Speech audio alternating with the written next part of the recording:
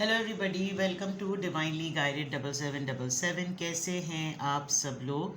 मैं आ गई हूँ एक और फ्रेश रीडिंग के साथ, और आज की रीडिंग में जनाब देखते हैं मैसेज ऑफ द डे। तो लेट्स सी कि आज का मैसेज किसके लिए है, किस एनर्जी में है, किस तरह का है।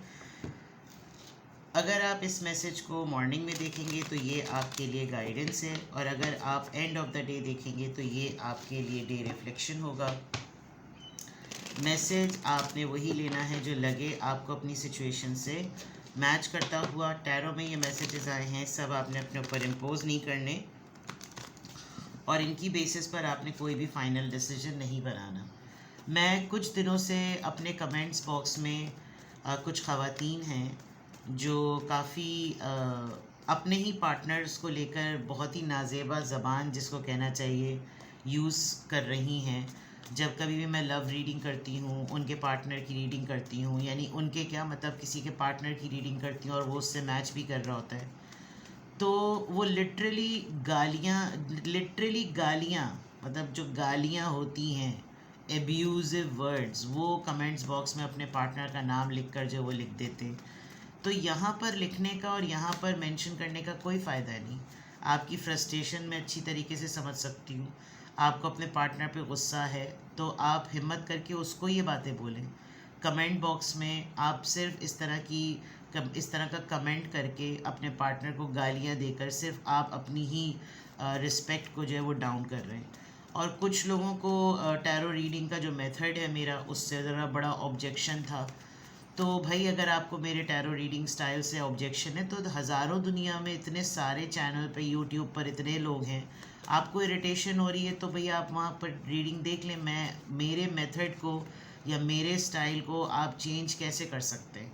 मैं डे वन से, जब से चैनल ओपन हुआ है, तब से जब से मैंने message of the day start किया है, मैं इसी तरह से रीडिंग करती हूँ। पहले तो मैं 5 मिनट का मैसेज ऑफ द डे करती थी, अब तो 10 मिनट का, 12 मिनट का मैसेज ऑफ द डे होता है, जिसके लिए कोई ग्रेटफुल होने से ज़्यादा लोगों को इस बात की जो है वो ज़्यादा तकलीफ़ है कि ये इस तरह क्यों है और उस तरह क्यों है। जैसे भाई, अगर बहरहाल कुछ लोग कॉपी भी करते हैं, मुझे उससे भी कोई फ़िक्र नहीं है। मैं मेरी क्या औकात है, मेरी क्या हैसियत, खुदा ताला इज़्ज़त देने वाला है।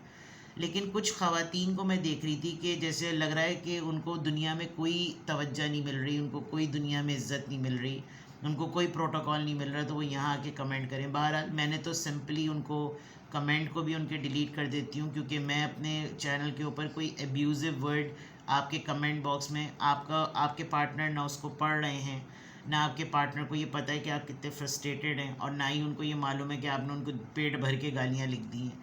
तो इससे आपका पता चलता है कि आपके माइंड में, आपके दिल में क्या है। आई नो हर्ट होता है इंसान, लेकिन और रीडिंग भी ऐसी आ जाती है कि वो बिल्कुल हिट हो जाती है, बिल्कुल जाकर लग जाती है। तो क्या कर सकते हैं, आप सिर्फ उसको सुन के तसल्ली कर लें, अपने लिए गाइडेंस से अपनी ज़िंदगी को बेटर बनाने की कोशिश करें।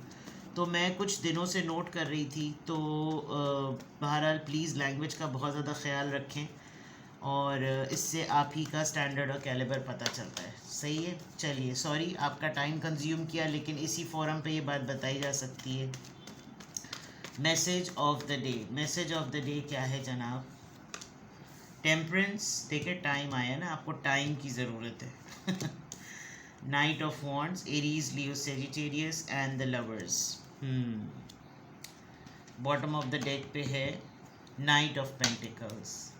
आपके पर्सन का रिफ्लेक्शन नज़र आ रहा है यहाँ पर, और ऐसा लग रहा है कि जैसे एक बहुत लंबा डिले टाइम हो गया है किसी ऐसे मामले को लेकर जिसको बहुत जल्दी डील कर लेना चाहिए था, जिसको बहुत जल्दी सॉर्ट आउट कर लेना चाहिए था, लेकिन ऐसा नहीं हुआ। और आपकी तबीयत, आपका बैलेंस, आपका सुकून, आपकी मॉडरेशन, आपका अंदरूनी, आपका इनर काम होना, और आपकी ट्रैंक्विलिटी, एक चीज़ से दूसरी तरफ में जाना, बराबरी के हिसाब से बिल्कुल एक शिफ्ट से दूसरी शिफ्ट में जाना। ऐसा लग रहा है कि जैसे आप अपने आप को रेस्ट देना चाहते हैं, बट आपका जहन बहुत ज़्यादा मसरूफ़ है, और जिन बातों के लिए आपका जहन उजागर हो चुका है, वो रियलाइजेशन आपको रेस्ट मोड पर डाल नहीं रही हैं, और किसी मामले को लेकर बहुत लंबा टाइम हो गया है। आपको कुछ फियर्स भी हो रहे हैं, क्योंकि कभी कभार ये होता है कि इंसान सामने वाले को बहुत कुछ कह देता है, लेकिन उसको उसके रिटर्न में एक्सपेक्टेशन नहीं होती। कुछ लोगों को ना लीडर बनने की बड़ी आदत होती, कुछ लोगों को डोमिनेट करने की बहुत ज़्यादा आदत होती कि हमारे आगे कोई कौन बोलेगा।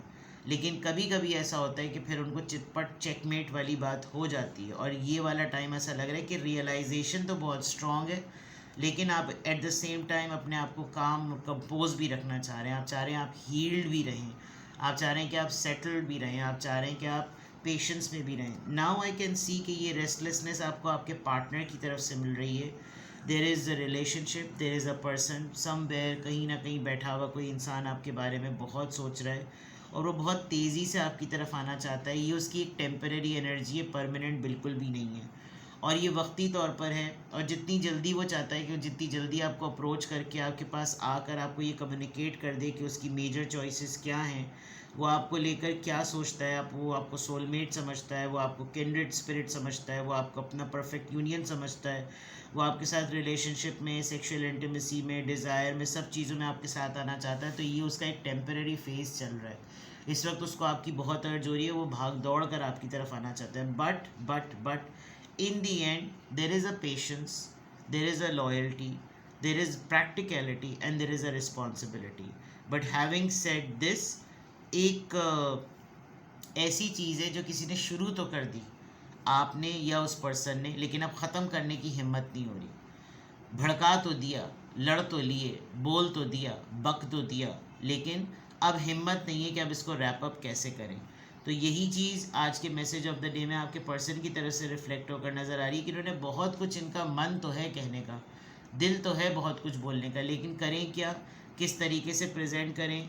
टट्टू के ऊपर बैठे हुए हैं और इतना सुस्त रवि से चल रहे हैं कि हाँ अगर चांस मिल जाए तो मैं कुछ ऑफ़र भी कर दूँ, हाँ चांस मिल जाए तो मैं ज़रा प्रॉफिट जोन में भी चला जाऊँ, और चांस मिल जाए तो ज़रा मैं अपनी स्टबननेस भी शो कर दूँ। लेकिन मैं हूँ तो एम्बिशियस, मेरा दिल तो बहुत चाहता है कि मैं ये सब कुछ करूँ, मेरी ख्वाहिश तो ये है कि मैं कर लूँ, लेकिन प्रेजेंट करने के टाइम पर इनका टाइम खुश हो जाता है। और ये किस कॉन्टेक्स्ट में आ रहा है, pending of decision, delayed decision, excessive level पर आपको मिस करना, and heart break with the bad luck.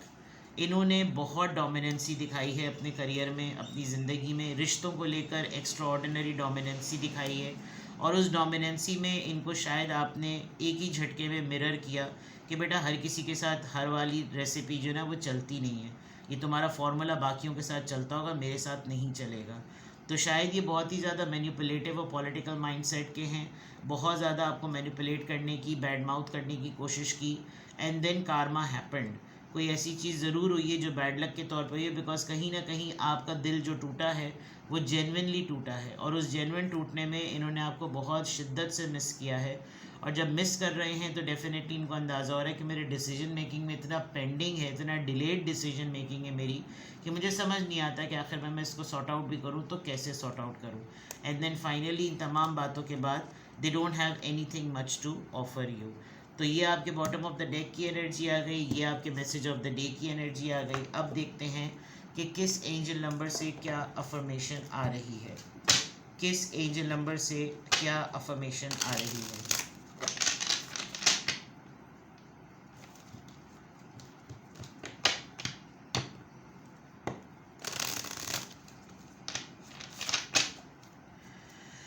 किस एंजल नंबर से क्या अफर्मेशन आ रही है, प्लीज़ गाइड मी, किस एंजल नंबर से क्या अफर्मेशन आ रही है।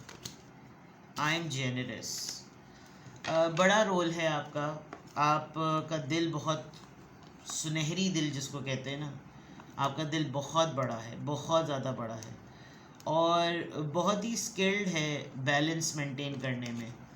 यानी आपको पता होता है कि किस वक्त मुझे क्या चीज़ करनी है। आप रिश्तों को अहमियत देते हैं, लोगों को अहमियत देते हैं। हाँ कोई वैल्यू नहीं कर रहा तो ये उसकी बदबख्ती और कमबख्ती है, तो उनको उनके हाल पर छोड़ें। आप लॉयल हैं अपने लव्ड वंस के लिए, और आपको अच्छा लगता है कि आपसे जो भी मुस्तफ़ीद हो, जिसको भी आपकी ज़ात से फ़ायदा पहुँचे वो पहुँचे। आपके अंदर एक प्रोटेक्टर की और प्रोवाइडर की दोनों का ब्लेंड है, जो कि आप एक ही टाइम पे प्रोवाइड कर सकते हैं। प्रोटेक्टर और प्रोवाइडर हमेशा एक टेक्टाइल फॉर्म में नहीं होता, टेंजिबल फॉर्म में नहीं होता, एक कोई चीज़ जो उसके हाथों में होती है से वो उस फॉर्म में नहीं होता। प्रोवाइडर वक्त देना, किसी की बात सुन लेना, किसी से मिलने चले जाना, किसी के दुख में उसके साथ सिर्फ खड़े हो जाना, ये भी एक प्रोवाइडर की क्वालिटी है। और हर दफ़ा पैसों ही को देकर जो है ना वो एहसान जताने वाली मदद नहीं होती। तो आपकी जो सखावत है ना, वो आपका आज का मैसेज है कि आप सखी दिल के साथ सोचें। आप ये सोचें कि आपके अंदर अल्लाह ने हौसला दिया है कि आप बहुत कुछ इस दिल के साथ कर सकते हैं। अपनी हेल्थ को प्रायोरिटी दें। आपको जितने भी रियलाइजेशन डाउनलोड्स हो रहे हैं, अच्छी बातें हो रहे हैं, अब टाइम है कि सामने वाला आकर आपके लिए रिवील हो। आपको कोई ज़रूरत नहीं है फोर्सफुली किसी चीज़ में इंटरवीन करने की। खामोशी सबसे बड़ा बदला होती है, ठीक है। अपना बेहद ख्याल रखिए। किसी भी पॉइंट ऑफ टाइम पे आपको लगे कि आपको मुझसे प्राइवेट रीडिंग लेनी है तो डिस्क्रिप्शन बॉक्स में मेरा नंबर मौजूद है। एज आई मैंशनड अर्लियर कि I have almost 8 to 10 days break, Saturday Sunday मिलाकर भी अच्छा ब्रेक मिल रहा है। तो आपको डिटेल सेशंस लेने हो तो आप प्लीज़ मुझसे रीडिंग ले सकते हैं। डिस्क्रिप्शन बॉक्स में मेरा नंबर मौजूद है। अपना बेहद ख्याल रखें। Bye bye.